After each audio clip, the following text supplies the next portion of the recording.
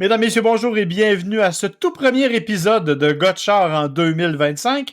Un épisode où on essaye de créer une tradition au cours duquel William et moi, on va vous partager nos tops, mais aussi nos flops de la dernière année. Évidemment, on pouvait pas passer à côté de quelques petites nouvelles à la fois intéressantes et loufoques, mais ça, c'est une tradition depuis beaucoup plus longtemps. Moi, c'est William Bouchard. Et moi, c'est Marc Bouchard et vous écoutez Gotchard.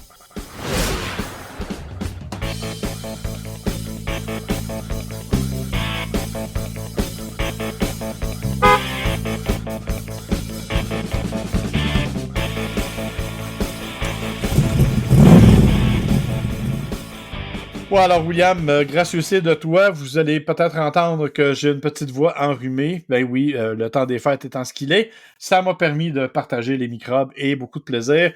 Ben écoute, je suis content de te l'avoir offert, hein, ça fait partie de l'esprit de Noël, de donner.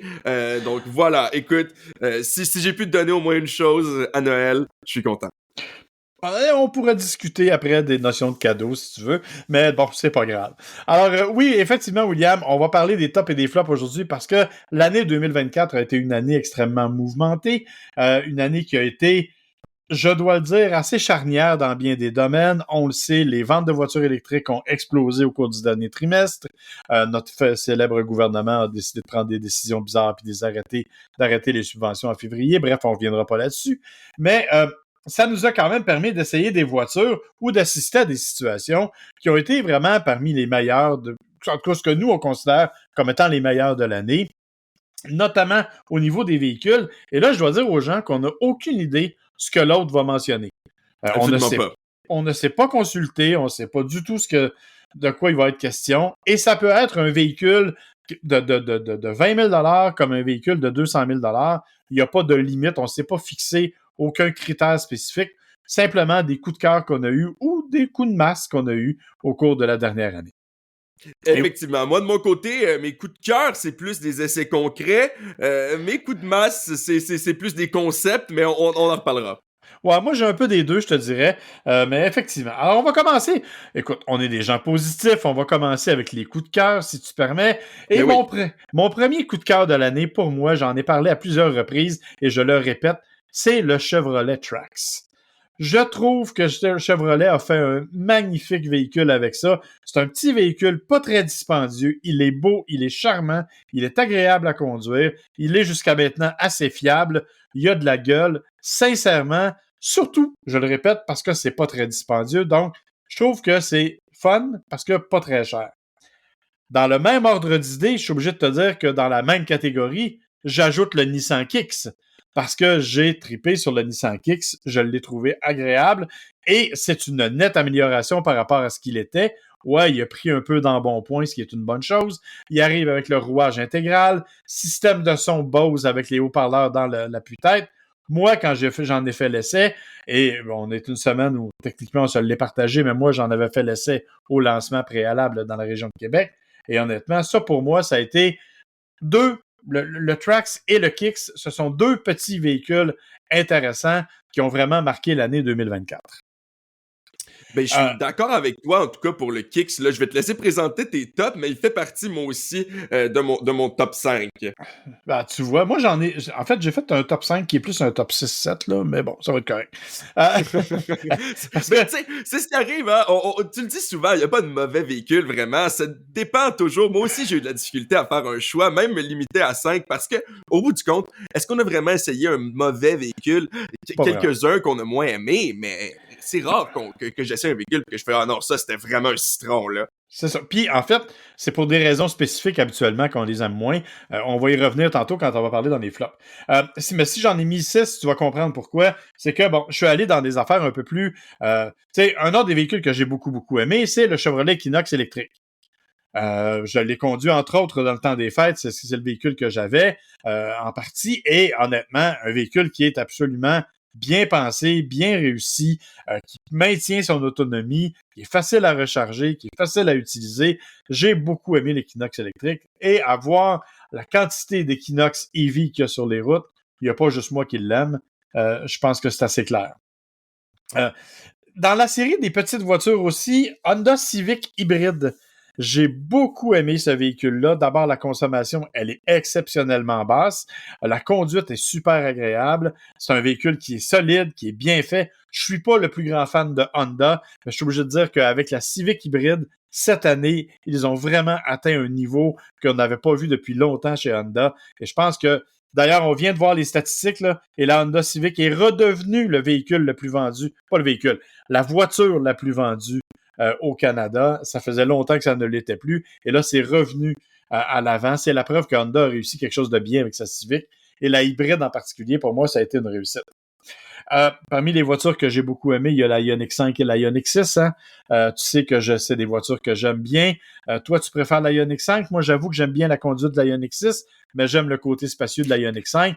Si j'avais pas la tête dans le plafond, je l'aimerais, l'Ioniq 6. C'est mon seul problème. Ouais, mais toi, t'es trop grand. Faudrait te couper les chevilles un peu.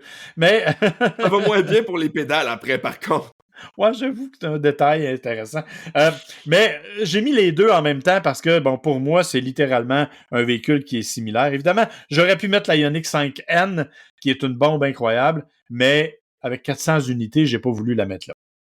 Par contre, pour les deux derniers, et là, ces deux derniers, tu vas comprendre pourquoi j'en ai mis un petit peu plus. Il y en a une avec laquelle je suis en amour absolu, puis que j'aurai jamais, c'est la BMW M5 hybride que j'ai eu l'occasion de conduire. Ce véhicule-là, moi, j'aime la M5 au départ, mais la hybride, on en a fait une grande routière super intéressante, relativement confortable, relativement économique en termes de consommation, mais quelle puissance, quelle conduite. Tu conduis ça du bout des doigts, tu as l'impression d'être au volant d'une fusée qui est sur des rails. C'est spectaculaire, c'est bien fait, c'est beaucoup trop cher. C'est 140 000 $, ça n'a aucun sens. Mais quelle voiture exceptionnelle. J'ai adoré cette auto-là et je ne pouvais pas ne pas en faire mention. L'autre, je ne l'ai même pas conduite. Je te le dis, je ne l'ai même pas conduite, mais j'ai très hâte. Puis c'est même un modèle 2025. Je la mets quand même dans mes tops de 2024 parce qu'on l'a vu dans plusieurs salons de l'auto. C'est la Dodge Charger Daytona électrique. Le modèle, il est absolument magnifique. Il vient me chercher dans mon petit côté nostalgique, vieux bougon, là, où j'aimais beaucoup, moi, les anciens, tu sais, les muscle cars, ce genre d'affaires-là. J'adorais ça. Je continue d'aimer ça. Et on a été chercher cette personnalité-là. Je te dis, je ne l'ai pas conduit. J'ai aucune idée de ce que ça donne en termes de conduite. Les commentaires sont excellents jusqu'à maintenant, mais je t'avoue que juste en termes de style, moi, je la mets dans mes réussites de l'année. Plus comme un concept que comme une vraie voiture pour le moment, mais je la mets dans mes réussites de l'année. Alors ça fait le tour de mes tops pour 2024 et je suis très curieux d'entendre les siens, William. Oui, c'est sûr. Peut-être que toi, tu vas avoir plus de commentaires sur les miens. J'ai essayé d'avoir des véhicules que j'ai essayé, dont j'ai fait l'essai, je dirais, dans la dernière année. Il y en a quelques-uns que j'ai pas parlé au podcast parce que ça fait pas très longtemps. Mais dans les prochaines semaines, on devrait avoir des essais là, plus précis de certains des modèles, dont le premier. C'est un top 5 un peu dans l'ordre, là, je dirais, de façon très lousse, là. Mais c'est à peu près dans l'ordre. Donc, je vais commencer avec le Lexus NX. Donc, moi, j'ai la version 450H, mais moi, je l'ai beaucoup aimé. Je l'ai pas beaucoup conduit encore parce que c'est littéralement le véhicule que j'ai cette semaine pendant qu'on est en train d'enregistrer, mais il fallait que j'en parle. Donc, techniquement, j'imagine que c'est pas un essai de 2024, c'est un essai de 2025, mais bon, écoute, là, c'est le même modèle, on va se le dire, qui était disponible il y a un mois ou il y a 3 semaines, là, ça change pas vraiment grand-chose. Mais malgré tout, je suis obligé d'y donner le numéro 5 de mon top parce que, mon Dieu, que j'ai aimé ce véhicule-là. Déjà, tu le sais à quel point j'aime le système d'infodivertissement chez Lexus, hein? Ouais. Donc, c'est sûr que ça part avec des points supplémentaires pour moi. Mais en plus, écoute, on parle quand même de 304 chevaux en combiné. C'est bien assez pour ce que c'est, on s'entend. Puis surtout, on parle d'une consommation de 6,3 litres au 100 en ville. Pour ce genre de puissance-là, hybride rechargeable, moi, j'ai une grande appréciation pour les hybrides rechargeables parce que c'est pas mal parfait pour le mode de vie que j'ai. Hein? Donc, quelques kilomètres en ville, on le branche, ça nous coûte rien ou presque en termes d'électricité. Mais après ça, quand on a besoin de faire des longues distances, ben, on peut tout simplement aller faire le plein. Donc ça, je pense que c'est absolument parfait pour il y a beaucoup de modes de vie, je dirais, hein, qui sont parfaits pour les hybrides branchables. Effectivement. Moi-même, les électriques, ça me va à 100%, mais tu sais, on dirait que pas mal tout le monde, ça fonctionne avec ce que je viens de décrire. Ça te va à 100%, mais on racontera plus tard ton expérience avec un Volvo qui a mis des heures et des heures à se recharger jusqu'à peine 60%. Dans deux positions, papa. Donc oui, c'est ça. Moi, j'ai trouvé que c'était un véhicule qui était un plaisir absolu à conduire. Puis il faut que je mentionne là, le système d'infodivertissement de Lexus parce que je l'aime tellement. Puis il continue à l'améliorer. Puis je me dis, mon Dieu, il y a des gens qui pourraient bénéficier d'avoir des leçons des designers de chez Lexus. Oui, ça, en fait, il devrait même faire un manuel d'instruction pour bien d'autres compagnies, je pense. Ah oui. Je l'ai pas mis là, dans mes flops, mais Subaru, là, faut vraiment qu'ils updatent leur design. C'est pas terrible. Ma femme designer est toujours fâchée qu'on est dans une Subaru. En tout cas, numéro 4, c'est la Toyota Crown Signa. Oui, effectivement, bon choix. Bon choix.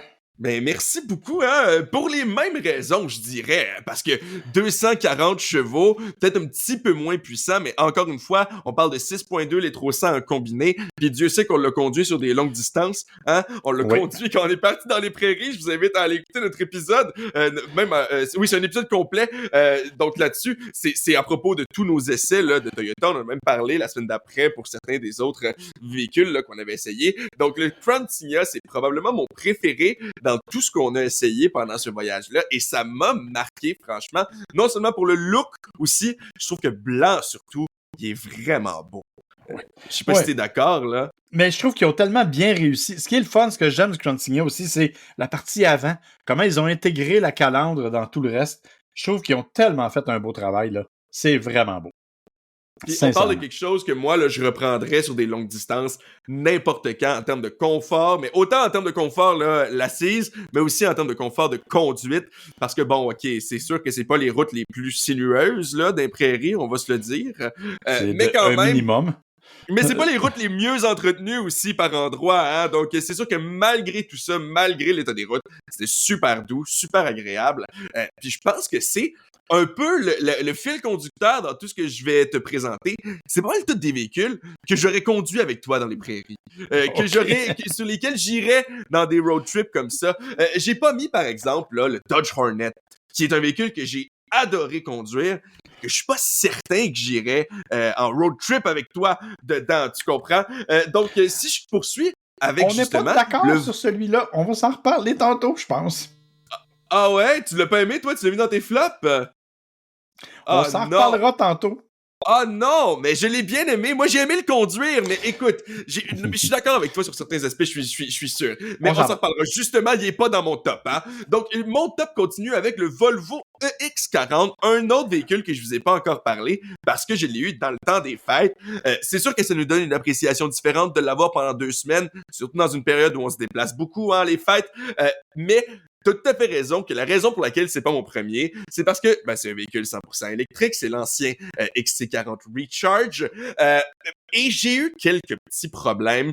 C'est sûr que c'est un peu de ma faute, ok, on va se le dire, là. C'est un peu de ma faute dans le sens qu'on est allé trop tard à la bonne rapide, il faisait froid, on s'est pas préparé à l'avance, mais je l'ai laissé toute une nuit sur une borne de niveau 2 et j'ai à peine réussi à avoir 60% de batterie. J'étais très bas, là, j'étais à 5%, mais malgré tout, puis il faisait moins 20 aussi, c'est l'autre aspect qu'il faut mentionner, mais malgré tout, j'ai pas réussi à monter au-dessus de 65%, et c'est la deuxième fois qu'un véhicule Volvo me fait le coup de pas être capable de recharger à la vitesse annoncée. La première fois, il faisait pas froid du tout, là, on était en automne, donc écoutez, moi, c'est un véhicule que j'ai adoré, que j'aurais mis probablement premier s'il n'y avait pas eu cet incident-là. Mais avec les problèmes d'autonomie, quand il faisait froid, l'autonomie annoncée baissait là, de 100 km, sinon plus. Ça, c'est un problème sur tous les véhicules, mais c'est particulièrement prononcé sur le Volvo. C'est juste ça mon problème, c'est l'architecture là, électrique, parce que sinon, c'est un véhicule que j'ai trouvé ultra agréable à conduire, une accélération intéressante, comme tous les véhicules électriques, tu me diras. Un véhicule super confortable, ça je suis obligé de le dire. ultra confortable. Un véhicule que même ma femme a apprécié, c'est rare. Hein? C'est rendu moi qui fais des commentaires comme ça. Là. Avant, c'était toi qui faisais ça, mais maintenant c'est moi.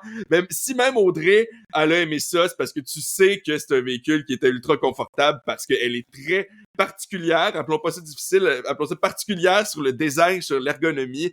Donc, c'est vraiment quelque chose là, qui a plu à tout le monde, même aux gens à qui j'ai fait des lifts. Donc, écoute, c'est pour ça que c'est mon troisième sur la liste.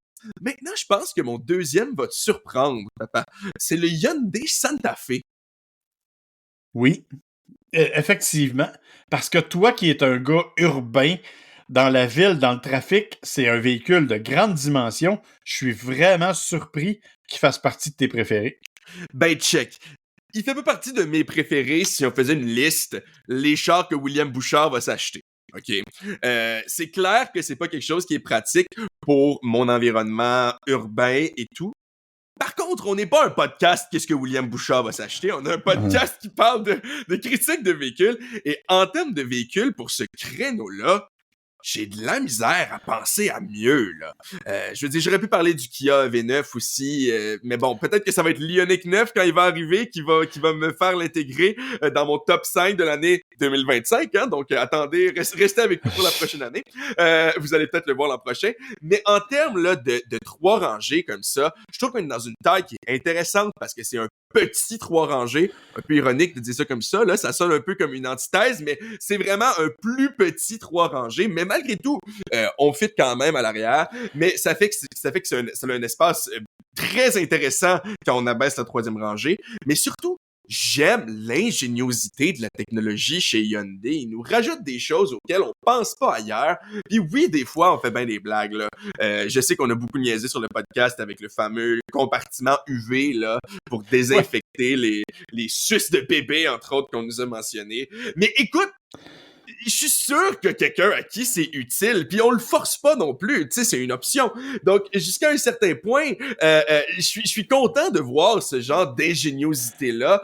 Les doubles ports de recharge sans fil à l'avant, moi, c'est probablement une de mes choses préférées sur n'importe quel véhicule là, que j'ai essayé dans l'année. On voit ça nulle part. Je pense que c'est le seul, tu me confirmeras, mais c'est pas mal le seul que je connais. Ouais, double port de recharge, effectivement, je serais pas capable de t'en nommer d'autres vite de même, là. Sans fil, du moins, là, sur un plateau à l'avant, c'est vraiment super agréable. Donc, c'est pour ça que je le mets là, parce que c'est, si j'avais une grosse famille, là, si j'étais un soccer dad, là, c'est clair que c'est vers ça que j'irais. Ça, ou, comme je le disais, j'attendrais quelques mois pour l'Ioniq 9, mais c'est quelque chose du genre vers lequel je me tournerais parce que j'ai du mal à voir comment on pourrait aller plus loin. Petit message en passant, le Ioniq 9 va d'ailleurs être au Salon de l'Auto de Montréal qui va commencer au moment où on enregistre. Le salon est dans une semaine ou à peu près. Donc, le Salon de l'Auto de Montréal va présenter la Ioniq 9 en première canadienne pour ceux que ça intéresse. Bien, c'est génial, ça. J'ai bien hâte de l'avoir. Je crois que je vais y être moi-même. Finalement, mon premier choix, ben, je l'ai déjà un peu spoilé parce que t'en as parlé de ton côté. C'est la Nissan Kicks, là. Ça, je suis surpris quand même. Parce que t'es pas un amateur de VUS en temps normal, mais que le Kicks ait franchi cette étape-là, ça veut dire qu'ils ont trouvé un bon mariage entre la technologie et le confort et le plaisir de conduite. Écoute, j'ai pas beaucoup de berlines sur ma liste, hein. C'est pas que c'est des mauvais véhicules. C'est pas que c'est des mauvais véhicules. C'est juste qu'ils mettent pas l'accent sur les berlines. C'est littéralement ça le point. C'est que les manufacturiers mettent l'accent, mettent leur nouvelle technologie, mettent leur choix. Puis aussi, j'ai pris un peu le rapport qualité-prix en compte là-dedans. Donc, ils mettent aussi les VUS à des prix qui sont presque les mêmes que les berlines. Donc, j'ai du mal à recommander les berlines avec ce rapport-là qualité-prix en tête, en pensant au marché. J'ai du mal à les mettre dans mon top 5, même si c'est des véhicules que j'aime beaucoup dans cette perspective-là. Mais le Nissan Kicks, on s'entend qu'on n'est pas loin d'une berline en termes de taille, là. On s'entend qu'on n'est pas loin d'une berline en termes de maniement non plus. Mais la raison pour laquelle je l'ai mis au top, c'est parce que je pense que c'est pas mal le véhicule. Tu sais, je disais en blague, là, la liste des véhicules que William Bouchard s'achèterait. je pense que le Nissan Kick, c'est pas mal ça vers lequel je me tournerais en ce moment si j'avais à m'acheter un véhicule, parce que j'ai pas l'argent de m'acheter un Ioniq 5, là, on va se le dire, c'est pas mal ça la vérité des choses, là. Mais là, on est dans quelque chose qui est super intéressant. On n'a même pas besoin d'aller se tourner vers la version privilège, parce que quand on se tourne vers la version privilège, ça tourne vers le 40 000. Je trouve que ça dépasse peut-être un peu le budget que je mettrais sur un Nissan Kicks, mais moi, là, la version S TI, la version même juste S TA, là, qui est la première version qui est pas la Play, donc c'est un peu compliqué. C'est parce que Kicks Play, il faut rappeler aux gens que c'est l'ancienne version du Kicks, là. C'est l'ancienne génération plus petit, pas de rouage intégral, alors que la nouvelle génération offre le rouage intégral maintenant. C'est ça, exactement. Donc la version STA, c'est la première version qui offre ce rouage intégral-là. Non, TA, c'est traction avant. C'est non, TI. excuse-moi, TI. Oui, je m'excuse. J'ai dit n'importe quoi. Mais je m'excuse, oui, STI. C'est ça. Oui, celle que je mentionnais au départ, la STI, pardonnez-moi, qui est celle que j'ai essayée là, à 29 199 $, donc plus les 2000 de frais de transport et d'opération. Même la STA qui a seulement comme changement la traction avant, c'est là que je voulais en venir plus tôt. Merci de m'avoir corrigé. Donc, c'est ça. Dans les deux cas, ils ont par exemple un ensemble de technologies de sécurité et aussi d'infodivertissement que je trouve vraiment étonnant pour un véhicule en bas de 30 000 $, là, si on exclut là, les frais et tout ça.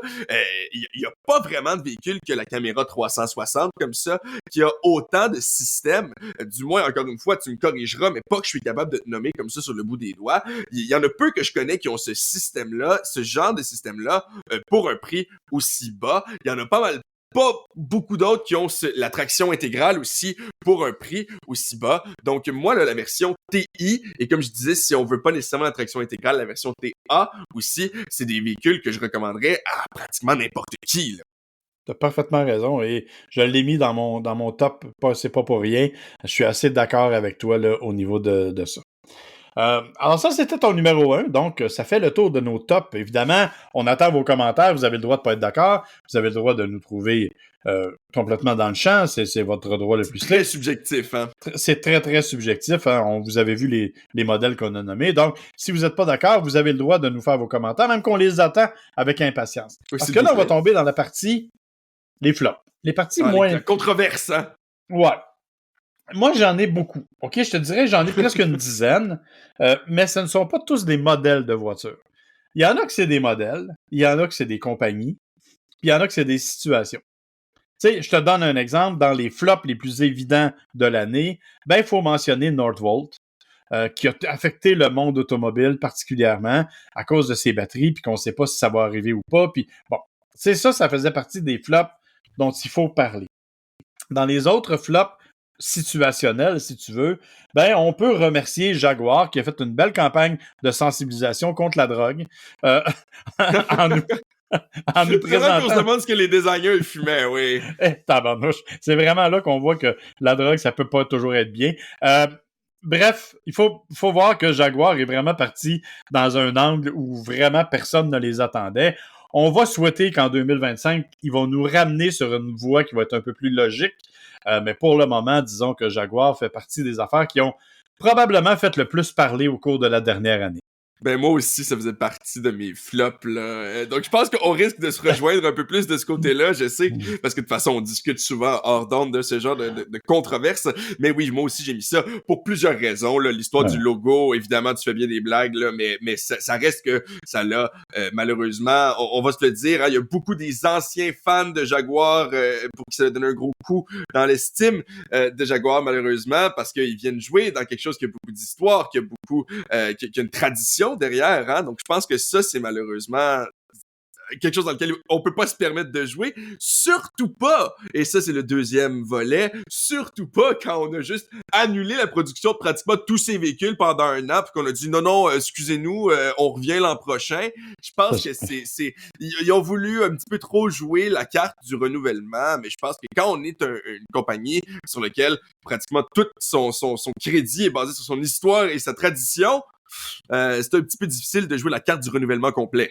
Oui, oui. Non, là, ils sont allés trop loin, je pense. Puis, comme tu l'as dit, le problème, c'est que des marques comme Jaguar sont issues d'une longue tradition. Et là, on est allé vraiment à l'encontre de tout ce que la tradition représente. Bref, il y a Jaguar. Dans les autres flops que je suis obligé de mentionner, ben, il y a VinFast, qui est une compagnie dont on n'est toujours pas capable de savoir si ça va survivre ou pas, si les véhicules sont bons ou pas. Euh, Moi, je suis membre de plusieurs groupes Facebook de propriétaires de VinFast et je vois là des horreurs absolues. Écoute, des gens branchés sur une borne à qui ça leur dit que pour faire une recharge complète, c'est 61 heures. Tu Pour vois, une... finalement, mon Volvo, il était pas si pire que ça, là. C'est ça. Écoute, ça n'a aucun bon sens. Des problèmes majeurs. Il y a eu des problèmes de service à la clientèle. Bon, ça semble se résorber, mais on n'est pas sûr. Il y a eu un déficit. Le propriétaire qui avait dit qu'il ne mettrait plus une scène a finalement été obligé de mettre encore un petit milliard dedans pour garder ça en vie. Tu sais... Un petit milliard, là, tu sais, une petite dépense de fin de semaine, là. Exactement. Mais c'est vraiment une compagnie qui est encore extrêmement nébuleuse et je ne dis pas que les voitures sont mauvaises, je ne dis pas que la compagnie va mourir, je le sais pas, je suis juste pas équipé pour le dire parce que personne... Il y en a qui ne jurent que par leur VinFast, mais à peu près tout le monde a des problèmes avec. Alors ça va être malheureusement à suivre pour la prochaine année et, déception, la compagnie ne sera même pas au Salon de l'Auto de Montréal. Il l'était l'an dernier, il faut dire. Ils l'étaient l'an dernier, mais cette année, ils n'y sont pas, alors que je pense qu'il y avait besoin plus que jamais de se faire voir de façon positive. Alors, je pense que ça, c'est pas très positif. Donc, ça faisait partie de mes flops. Ben, check, je suis journaliste automobile, du moins à temps partiel, puis le seul contact que j'ai eu avec VinFast, c'était au Salon de l'Auto l'an dernier, là. C'est ça. Donc, Oui. même pour nos collègues, on n'a pas ce contact-là avec VinFast, tandis que je suis d'accord avec toi, que ça reste quand même, écoute, je suis pas en train de me péter les bretelles, mais n'empêche que c'est à travers le journalisme automobile, en partie du moins, je crois, qu'ils vont réussir à aller chercher une clientèle, là, parce qu'ils se sont déjà tirés dans le pied avec leur histoire de louer des batteries, tout ça. Puis là, ils continuent à se tirer dans le pied avec toutes les histoires financières. Tout ce qu'on lit dans les nouvelles, c'est que ça va pas bien. Moi, je pense qu'on a besoin de montrer, ben regardez, on a des produits qui sont là, qui sont beaux, qui sont concrets. Exactement. Il faudrait passer par là, mais bon, écoute, on n'est pas rendu là. Bref, il y avait ça. Et dans les autres qui ne sont pas des modèles, ben c'est la compagnie Genesis. Moi aussi, c'est ça. J'arrive pas à le croire. Je suis plus capable. Je trouve qu'ils viennent de renouveler le GV60 sur à peu près rien. Ils sont arrivés très forts. Ils ont présenté des modèles très forts au début. Puis là, progressivement, on dirait qu'ils changent plus grand-chose, qu'ils savent plus trop où ils s'en vont. C'est des semi-nouvelles technologies, des affaires. Je sais que tu vas me parler d'Apple CarPlay et Android Auto qui sont pas sans fil, entre autres dans les Genesis. Ça, c'est un des multiples aspects, là. Moi aussi, la compagnie complète, dont le renouveau du GV60 qui vient tout juste là d'être présenté, il était dans mes flops. Donc, ça m'étonne parce qu'on s'est pas parlé, je répète, de quoi que ce soit Pas du tout. avant. Mais moi aussi, je suis obligé de le dire. Écoute, ils sont pas si mal à l'extérieur, là. Ça fait son style, disons. Mais déjà, son style, je trouve que ça fait un peu 50 ans et plus, là, sans vouloir être plate avec les 50 ans et plus. C'est pas l'affaire la plus contemporaine qu'on nous montre ever, là. Non, vraiment pas. En plus, l'intérieur, moi, j'aime pas ça. Les petits trucs en cristal, j'aime pas ça. Le système d'infodivertissement, ben, c'est le même que Hyundai. Il est correct, mais tout ce qu'on y connecte après, avec le USB-A, pas d'Apple CarPlay, Android Auto sans fil, qu'est-ce que tu veux faire avec ça quand tu le compares avec tout le reste? C'est pas confortable. Ça a des bons moteurs. Mais je sais pas où est-ce qu'ils s'en vont. Je suis tout à fait d'accord avec toi. Non, effectivement, il faut savoir vraiment où ils s'en vont. Et ça, c'est un peu ce qui est dommage avec Genesis, parce que c'était bien parti, mais là, ça semble piétiner un peu. Il faudrait qu'ils partent. Alors ça fait le tour de ce qui ne sont pas des modèles, disons, dans mes flops. OK? Maintenant, je suis obligé de te parler de certains modèles, parce que honnêtement, il y en a qui méritent d'être dans les flops. Et le premier, ben, c'est la Volkswagen ID4. Pourquoi la Volkswagen ID4? Tout simplement parce qu'on recommence à peine à la vendre au moment où on se parle. On est obligé d'arrêter les ventes à cause d'un problème de portière. Il y a des pièces qui ne marchaient pas. Ça a pris des mois et ça va coûter tellement cher à Volkswagen, cette affaire-là, parce que comme ils n'ont pas pu livrer leur voiture avant les fêtes, en novembre et décembre, ça veut dire que tous les acheteurs n'ont pas pu profiter des aides financières gouvernementales. Alors là, Volkswagen s'est engagé à compenser les aides financières gouvernementales parce que la livraison arrive après. Mais ça va coûter des sous, ça. Déjà, en plus que Volkswagen, ça va si bien leur affaire, hein? On aurait pu leur donner le flop à toute la compagnie au complet aussi en termes économiques, financiers, des fermetures d'usines, des dizaines de milliers d'emplois qui vont se perdre. Un ID-Buzz à 80 000 Ça va se vendre à grands coûts d'unité, là. Ben oui, c'est. Alors, pour ça, je te dis, pour moi, le Volkswagen ID4, ça fait partie des flops. Dans les autres véhicules, la Toyota BZ4X, malheureusement, qui est pas capable, puis la Subaru Solterra, parallèlement, là, problème de recharge, ça va pas bien, ça se vend pas beaucoup, l'autonomie est pas assez grande. Il y a vraiment, il faut repenser toute la technologie électrique du côté de chez Toyota. On est les maîtres de l'hybridation chez Toyota. C'est définitif. Mais au niveau électrique, on n'a pas réussi à franchir le pas jusqu'à maintenant. Et je pense que ça en fait partie. Jeep 4XE, tout simplement parce que les 4XE ont eu des problèmes de fiabilité, ont eu des problèmes d'incendie, même dans certains cas. C'est pas des voitures qui ont été très, très fiables au cours des dernières années, des derniers mois même. Donc ça nécessite vraiment ça aussi une remise à jour. Alors pour moi, le Jeep 4XE fait partie des flops. Le Dodge Hornet et l'Alfa Romeo Tonale, parce qu'on les vend tellement cher pour ce qu'ils sont, parce qu'il n'y a pas d'espace à l'intérieur dans un Dodge Hornet. Écoute, le véhicule est plus gros à l'extérieur qu'une Mazda CX-5, puis il y a moins d'espace à l'intérieur que la Mazda CX-5. Le prix, c'est vrai par contre que c'est beaucoup trop cher pour ce que c'est. C'est beaucoup trop cher. C'est pas désagréable à conduire, loin de là, mais il faut aller chercher plus de... C'est le fun à conduire même, là, quand même. Oui. Oui, la Hornet, c'est le fun à conduire. Mais tu sais, même l'autonomie de la version branchable, c'est pas tout à fait à la hauteur. Bref, on a comme fait un demi-bon véhicule, je te dirais. Il aurait fallu faire quelque chose d'un peu plus pour ça. Et le dernier, mais non le moindre, et pour moi, c'est le flop de l'année, c'est le Volvo EX30. Volvo EX30, c'est le nouveau petit utilitaire sport de Volvo. C'est petit, c'est super beau, c'est mignon comme tout.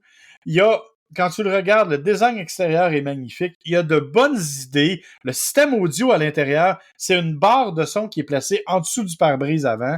C'est génial, ça marche super bien, mais c'est compliqué.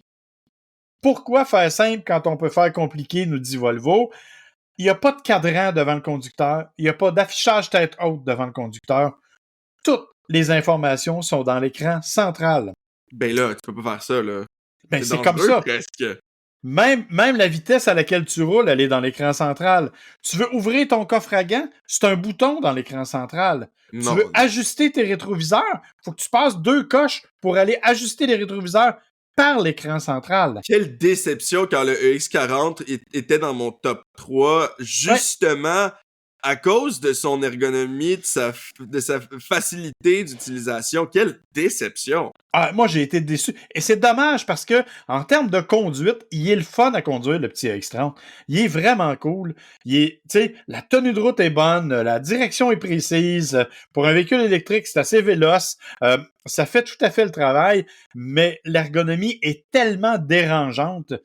J'ai pas été capable de m'y habituer et je trouve que c'est inconscient de tout amener à l'écran central au complet. Tu vas me dire que Tesla le fait déjà, ce qui pour moi n'est pas nécessairement une référence. Donc, je suis vraiment pas... Tu sais, même pas d'affichage tête haute. À la limite, là, si tu veux le mettre dans l'écran central, mets-moi un affichage tête haute. Que je puisse savoir à quelle vitesse je vais, tu sais, certaines informations. Mais là, il n'y a absolument rien devant toi. C'est strictement dans le milieu. Et ça c'est sans compter qu'on parle d'un véhicule dont le prix de base est à 55 000 $ au minimum. C'est étonnant, hein, parce que justement, tu nous parlais il y a quelques semaines, je me souviens plus, peut-être quelques mois, d'une étude qui montrait que justement, les Volvo avaient un bon score de sécurité quand il s'agissait de la distraction au volant. Parce que, justement, on n'avait pas besoin d'aller à travers plusieurs menus dans un écran tactile et que les boutons étaient faciles d'accès. Donc, c'est triste de voir qu'ils se sont tournés vers ça pour Mais c'était comme ça avant. Volvo a toujours misé énormément sur la sécurité et ils ont toujours fait des voitures qui étaient faciles avec plein de boutons. Mais là, il y a 0 bouton dans ce véhicule-là. Il y en a sur le volant, puis il y en a dans la... C'est, honnêtement, pour moi, ça, c'est la déception de l'année. Un véhicule que j'aurais aimé, mais que malheureusement, je suis obligé de dire que c'est pas exactement ce à quoi je m'attendais. Alors, de ton côté, William, quels sont les véhicules ou les situations qui t'ont moins impressionné au cours de la dernière année? Ben écoute, je suis quand même surpris, mais t'en as parlé déjà de pas mal, hein. Bon, Volkswagen, on en a glissé un mot. Genesis, c'était mon gros flop aussi cette année. Il y en a deux, par contre, que je suis surpris que t'aies pas mentionné. Premièrement, le gouvernement du Québec et ses décisions contradictoires par rapport aux véhicules électriques. Tu me diras qu'il est un peu évident, on en a parlé il y a pas si longtemps, mais mon Dieu que ça a fait des vagues, hein, on va se le dire, où la même journée qu'on nous dit oui, on vous confirme 2035, tout électrique, plus de véhicules, plus de véhicules thermiques, on nous dit aussi ouais, ben dans le fond, on va pas vous aider à travers tout ça, là, faites ça de votre bord, tout seul. C'est une incohérence absolue. On l'a dit lors du dernier épisode et on le répète à tous ceux qui veulent l'entendre. C'est la pire des affaires, il faut le dire. Mais non, je t'avoue que je ne l'ai pas mis dans les flops parce que j'aurais l'impression de parler dans le vide tellement. Là. Ouais, ben écoute, je pense que c'est la raison pour laquelle t'as pas mis l'autre chose qui m'a surpris que t'es pas inclus. Come on, le véhicule, hein, que t'as critiqué toute l'année. Le Cybertruck. Ben oui, voir que t'as pas Bon. mis le Tesla Cybertruck. Bon, ok, tu me diras, c'est un petit peu comme kicker quelqu'un qui est déjà par terre, là. OK, Mais je vais te montrer ma liste, OK? Et tu vois, le Cybertruck il était était là. là, hein. Mais j'ai choisi de pas en parler parce que je me suis dit que j'aurais l'air de m'acharner. Ben là, on peut pas check, là, ok? Maintenant, là, je sais qu'on a l'air de s'acharner, je sais qu'on fait toujours du Tesla bashing, là, mais il y a beaucoup de raisons objectives, selon moi. Mettons de l'avant mes raisons subjectives de pas aimer le Cybertruck, ok? Tesla a beaucoup de pratiques commerciales un peu étranges, mais bon, si on fait ça, on n'achètera pas beaucoup de véhicules, hein? Si on s'en tient aux pratiques commerciales des manufacturiers, on fera pas grand-chose. Non. Puis évidemment, Elon Musk, côté politique, côté personne, côté décision, business, pas capable de le sentir, là. Tu sais, ça, c'est mes opinions personnelles. Mettons-les, sortons-les maintenant. Mais, d'un autre côté, ah oui, puis aussi, on peut dire c'est subjectif, il est laid, hein? Il est vraiment très, très, très, très, très laid, ok? Et là, on parle du subjectif. Cybertruck, pas d'Elon Musk, là, on va le dire quand même. Écoute, as-tu vu la photo où il est en chess, par exemple? En tout cas, arrêtons de niaiser là-dessus, mais je parlais effectivement du Cybertruck. Autant en photo qu'en personne, je le trouve pas beau, je trouve qu'il a pas la finie, mais ça, encore une fois, c'est subjectif. Par contre, il y a beaucoup d'aspects qui, selon moi, sont plutôt objectifs pour dire que le Cybertruck est un flop. Et je parle ici de la qualité de finition, surtout, qui a amené à des problèmes innombrable. Là. Rendu là, qu'est-ce qui s'est pas passé avec un Cybertruck? Là, je pense qu'on peut rechercher Cybertruck broken whatever sur YouTube, puis on va tomber sur une vidéo d'un Cybertruck qui a le pare-choc à terre, le pare-brise qui a craqué à cause d'une petite garnotte, qui est pogné dans de la boîte, même si Elon Musk avait tweeté qu'elle allait être pratiquement amphibie, tu sais. On peut trouver ce genre de problème-là selon moi, à une fréquence beaucoup plus élevée là, sur le Cybertruck. Puis c'est normal. Pourquoi c'est normal? Un peu pour la même raison que je suis pas étonné que les VinFast aient autant de problèmes selon ce que tu nous dis. Parce que c'est des véhicules qui ont été conçus sur une napkin, sur le coin d'une table, en 1 an, parce qu'on avait besoin d'un produit là. Puis aussi, bon là c'est encore le côté subjectif, parce que Elon Musk en avait parlé, et parce qu'il fallait qu'on le sorte maintenant, parce que on n'avait pas des années pour faire de la recherche et du développement là-dessus. Donc, je pense qu'on a des raisons objectives de le mettre dans nos flops qui vont au-delà de, pardonnez-moi l'expression, et là, c'est un trou de cul, puis c'est laid, tu sais. Je pense que ça va au-delà de tout ça. C'est un véhicule qui a des problèmes mécaniques profonds qui sont pas excusables d'une compagnie comme Tesla, qui est loin d'être un... Tu sais, c'est pas un des Fisker de ce monde-là qu'on n'a jamais vu un Fisker sur la route, puis qu'on dit oui, on existe, puis tout. Des Tesla, il y en a sur la route, là. Des Tesla, ça se vend, là. Puis il y en a en maudit.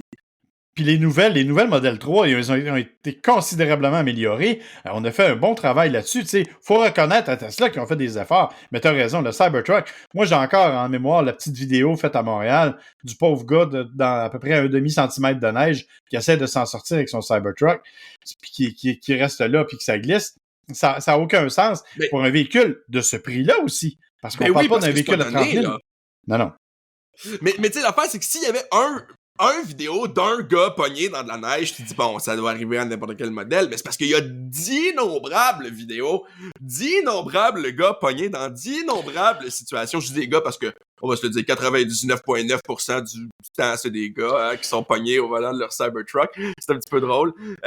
Donc voilà, écoute, pour ce que ça représente d'une part, mais aussi d'un point de vue objectif, je pense que c'est un des flops. Puis l'autre, peut-être que ça va te surprendre, on n'est pas dans le plus gros des flops, mais on est dans un véhicule, comme tu dis, je suis déçu d'être déçu, j'aurais voulu l'aimer. Maudit que c'est plate, une Toyota Prius.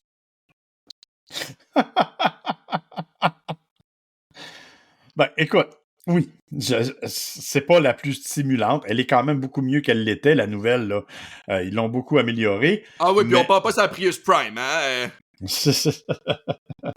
Mais, effectivement, c'est pas des véhicules qui sont faits pour le plaisir de conduite, même si, je te le dis, on a considérablement amélioré la conduite, là. Je te le dis, là. C'est le commentaire de tout le monde quand on va sur Internet qui dit « Ah ben mon Dieu, comparativement aux dernières années ou même dans la dernière décennie, c'est vraiment très dynamique. On est dans un dynamisme de conduite incroyable pour une Prius. » Là, tu te mets au volant de tout ça, puis d'après moi, là, il y a des triporteurs qui sont plus dynamiques.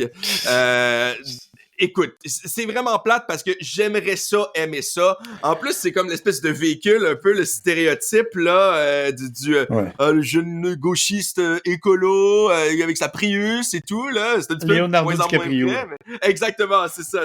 Mais tu mettons dans Family Guy, Brian il conduit une Prius là, tu sais. C'est un peu le stéréotype là. Donc j'aimerais ça, aimer ce véhicule-là, mais toutes les fois que j'ai essayé Prius et Prius Prime, les deux ils ont à peu près la même finition, ils ont à peu près la même technologie, mais maudit que c'est plate à conduire. Ben, écoute, voilà. Ben, c'est correct, t'as le droit. Je trouve qu'elle est belle au moins, par exemple. Faut lui donner qu'elle est jolie, ce qui n'était pas le cas auparavant, on va se le dire aussi. Ben, justement, c'est un des gags de Family Guy, justement, qu'elle n'était pas très belle. Écoute, c'est vrai qu'elle est pas si mal, puis je me sens pas trop mal parce que j'ai donné à Toyota aussi, là, un spot dans mon top 5, donc je m'équilibre d'un certain côté, mais... Ouais, non, mais t'as pas aimé la Prius pantoute, là, mais... Non, toutes les fois que j'embarque dans ce champ. Faudrait que je te fasse essayer une ancienne. Sincèrement, là, c'est littéralement, c'est le jour et la nuit, William. Bon, sans ben, blague. je vais me faire un petit café, je vais me prendre un petit café avant d'y aller, hein. On voudrait pas s'endormir au volant. Voilà. Quelle bonne... Hey, c'était une transition incroyable, ça. Parce que ma première nouvelle, c'était totalement fortuit, ok? Et je me trouve très bon en ce moment parce que c'est une étude qui parle justement du sommeil et de la conduite, entre autres le manque de sommeil et la conduite. Ça, je sais que je te l'ai partagé, tu m'as dit que c'était très intéressant et moi aussi je trouve ça super intéressant parce que ça parle de la culpabilité dans les accidents. Donc pas nécessairement le taux d'accident parce que bon, jusqu'à un certain point, c'est pas nécessairement de sa faute, mais on parle plutôt du nombre d'accidents où la personne était responsable. Et le taux était tellement différent selon les heures de sommeil que je peux pas m'empêcher d'en parler pendant le podcast parce que j'ai été très étonné, surtout en tant que quelqu'un qui malheureusement manque un peu de sommeil parfois pour des raisons insomnie ou pour des raisons de décision personnelle parce que je joue aux jeux vidéo. On parle ici des gens qui ont dormi, bon, on nous dit 8 heures, là, ça c'est correct, mais si on a dormi 6 heures, 5 heures, 4 heures et moins de 4 heures, notre taux de culpabilité dans les accidents augmente considérablement. À 6 heures, c'est pas trop mal, hein? On parle de 1.3, bon, pas trop pire. À partir de 5 heures, on double nos chances d'être dans un accident responsable. À partir de 4 heures, on triple nos chances. Wow! Et 4 heures et moins, ou moins de 4 heures plutôt, c'est 15 fois le taux d'accident responsable. Wow! Ça veut dire que vraiment, quand t'es fatigué, quand t'as pas dormi, t'es aussi bien de t'arrêter, faire un petit somme, parce que le risque est multiplié. C'est surprenant. J'avais lu rapidement les résultats, mais je m'attendais pas à autant, là. Écoute, on peut dire que doubler un risque qui est déjà relativement minime, t'sais, écoute, je sais pas à quel point 6 heures, on peut pas faire un argument que 1.3 fois les chances, Non, ça va encore. Je comprends, mais moi, je pense plus à 15 fois, là. Oui, puis même 3 fois. Même 3 fois, 15 fois, le 5 heures et moins. Moi aussi, c'est le message que j'ai. Écoute, on en parlait encore une fois, on va partir bientôt en Californie pour un événement Mitsubishi. Il va sûrement falloir que tu prennes la route tôt le matin pour qu'on puisse partir ensemble. Certainement, conduis pas après avoir dormi quelques heures à peine. Là. S'il te plaît, va te coucher la soirée avant parce que cette étude-là m'a convaincu. Écoute, déjà, on a tous déjà conduit un peu fatigué, là. Ce serait un mensonge de dire qu'on l'a jamais fait. Mais voir comme ça les chiffres, 15 fois plus de chances d'être dans un accident responsable. Écoute, on parle pas de mourir, là. On parle pas d'être blessé, là. Mais de causer un accident, les conséquences que ça peut avoir, moi, sincèrement, cette étude-là m'a convaincu plus que jamais de faire attention à ça. Tout à fait. Écoute, non, la fatigue au volant, c'est fou. Moi, je fais souvent de chez nous à Québec, aller-retour. Et je me lève très tôt le matin parce que je dois me rendre à Québec de bonne heure et tout. C'est pas rare que quand je reviens l'après-midi, je fais une petite pause dans une halte routière puis je fais un petit somme là, d'une quinzaine de minutes, là, ce qu'on appelle un power nap. Là. Juste histoire de m'assurer que je vais être encore aussi vigilant et capable de bien conduire. C'est vraiment pas rare. Tu vois, avec un véhicule électrique, tu pourrais aller à une bande rapide puis juste te recharger, c'est dormir là, effectivement. Ouais, t'as bien raison. Bon, écoute, le reste, c'est un petit peu plus loufoque, et d'ailleurs, je suis très content de savoir que tu fais attention à toi comme ça, là, la science te donne raison. Le reste, c'est un petit peu plus loufoque. Est-ce que t'as 3 heures de ta vie à écouter des sons de moteur? Non. Je vois pas trop pourquoi, mais... Ben écoute, Toyota te donne la possibilité, si tu veux, là, c'est 3 heures de Lexus LFA V10. Oh, mais ça, par exemple, c'est un moteur, là. Ah non, c'est quand même un gros moteur, là. La question n'est pas est-ce que les sons de moteur sont agréables ou pas. La question, c'est est-ce qu'on écoute vraiment ça pendant 3 heures? Il avait fait la même chose avec une Subaru, avec un moteur là à plat, boxer là, de Subaru. Il avait fait la même chose, une vidéo de 3 heures. Et je me demande combien de gens écoutent vraiment ça. Là. Ça fait un peu ASMR, tant qu'à moi. Mais bon, écoute. Moi, je connais du monde qui écoute des podcasts en latin avant d'aller se coucher. À la limite, il y a du contenu dans mes podcasts en latin, OK? Ici, on parle... Écoute, comme je l'ai dit, je pense que c'est de l'ASMR, là, vraiment, c'est dans cette catégorie-là. Mais ça me fait plaisir. Je sais pas, par contre, si... et écoute, je vais pas te parler de tout ce que Garage 54 ils font, là, parce qu'ils font beaucoup de niaiseries. Mais là, après t'avoir parlé des chainsaws, là, ils ont mis les chainsaws dans la Lada. Là, cette fois-là, ils ont fait un modèle électrique. Ils l'ont pas encore mis dans un véhicule. On sait même pas si ça va fonctionner. Mais ils ont fait un moteur électrique avec 50 drills. C'est bon, OK. 50 perceuses. Oui, 50 perceuses électriques, toutes mises ensemble. Tu sais, c'est des batteries, là, des perceuses sans fil, là, avec des batteries à l'intérieur. Donc, l'architecture est pratiquement pareil à celle d'un véhicule électrique quand on y pense, sauf que là, il y a 50 moteurs. Normalement, il va en avoir 2 ou 4, hein, dépendamment du modèle. Des fois, il y en a juste un aussi, mais c'est de plus en plus commun d'en avoir 2 ou 4. Mais là, c'est 50 moteurs qui sont mis de la même façon, avec une batterie qui est faite exactement pareil qu'une cellule de batterie aussi, parce que c'est le même principe. Une cellule de batterie, en fait, un bloc de batterie plutôt, c'est plusieurs cellules de batterie qui sont connectées ensemble. Donc là, c'est le même principe, mais à travers 50 perceuses. Voilà, c'est déjà assez fou, hein? Moi, j'essaie... Tu sais, des fois, je regarde ça, ou je regarde des séries télévisées un peu flyées et tout, puis je me dis toujours, comment ces gens-là peuvent-ils en arriver à penser à des trucs de même? Je pense que quand t'as construit ton premier moteur avec des chainsaws, ouais, après ça, il y a comme plus beaucoup de limites. C'est ça. Non, c'est ça. Rendu là, tu peux faire des moteurs avec, tu sais, un peu comme MacGyver, là, un crayon à mine puis un trombone, là. C'est ça, je te pour dire des trombones, puis sortir de prison en trombone. En tout cas, bref, oui. Oui, c'est ça, exactement. Rendu là, je pense qu'ils peuvent MacGyver des moteurs avec pas mal n'importe quoi qui tourne. Exact. Finalement, ma dernière histoire est un petit peu drôle, mais elle fait un petit peu peur aussi. Donc, il y avait 2 gens dans l'État de Washington. Ça fait 1 an, d'ailleurs, OK? C'était en janvier, mais 2024, mais c'est que je l'ai vu récemment. Ça m'a fait un petit peu peur. C'est 2 gens dans un Jeep Patriot qui sont à Vancouver, Washington. Donc, pas Vancouver, Canada, mais c'est pas bien loin, tu me diras, mais n'empêche que c'est pas Vancouver, Canada. Et là, ils sont en train de juste... conduire, là, prudemment même, hein, ils sont à peine à 10 000 à l'heure, et tout à coup, leur véhicule commence à pencher comme...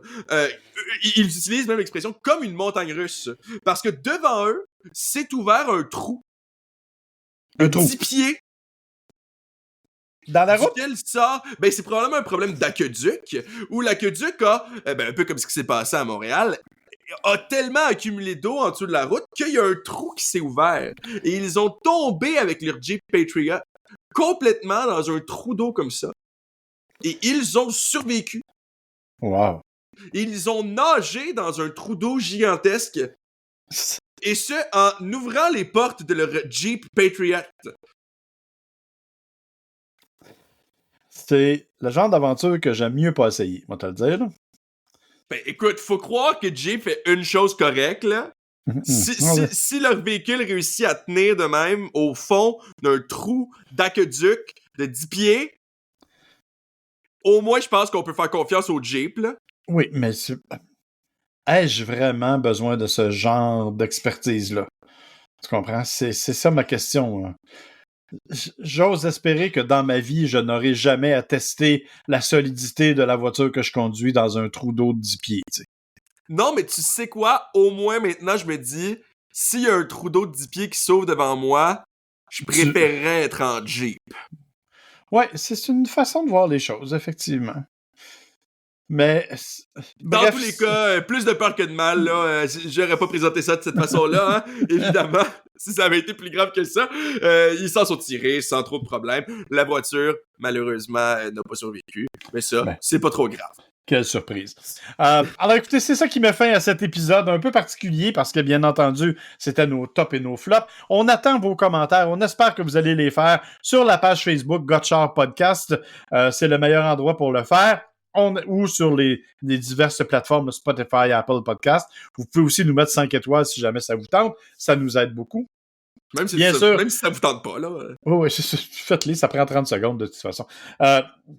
Alors, on attend vos commentaires, on espère que ça vous a plu. On vous rappelle qu'au moment où on enregistre, dans quelques jours, ça va être le Salon de l'Auto de Montréal, un salon qui reprend certains manufacturiers. Pas beaucoup de nouveautés exclusive, mais quand même un salon qui vaut toujours la peine. Nous, on y sera d'ailleurs. On pourra probablement vous en parler au cours de peut-être un petit épisode raccourci au moment où on fera la visite. On verra comment ça va se dérouler. Et là-dessus, mon cher William, moi, je te dis, à la prochaine, mon cher. Et bonne année! Bonne année! C'est vrai, on n'a même pas souhaité bonne année à nos auditeurs, parce que c'est la première de l'année. Alors, comme je dis, on va souhaiter à nos auditeurs tout ce qui est bon pour eux et non pas ce qu'ils veulent. Parce que c'est pas nécessairement la même chose. Tu vois, moi, je voudrais manger de la pizza tout le temps. Je suis pas sûr que c'est une bonne idée. Non, malheureusement. Alors, évidemment, on vous rappelle que vous pouvez nous suivre, je l'ai dit, mais je le répète, sur toutes les plateformes de balado-diffusion et bien sûr sur notre page Gotchard Podcast. On a aussi Instagram, je pense, Gotchard Podcast, mais on n'est pas très actif. Il faudrait, en 2025, faire un petit effort. Alors là, c'est vrai, mon cher. On se salue et on dit à la prochaine. À la prochaine.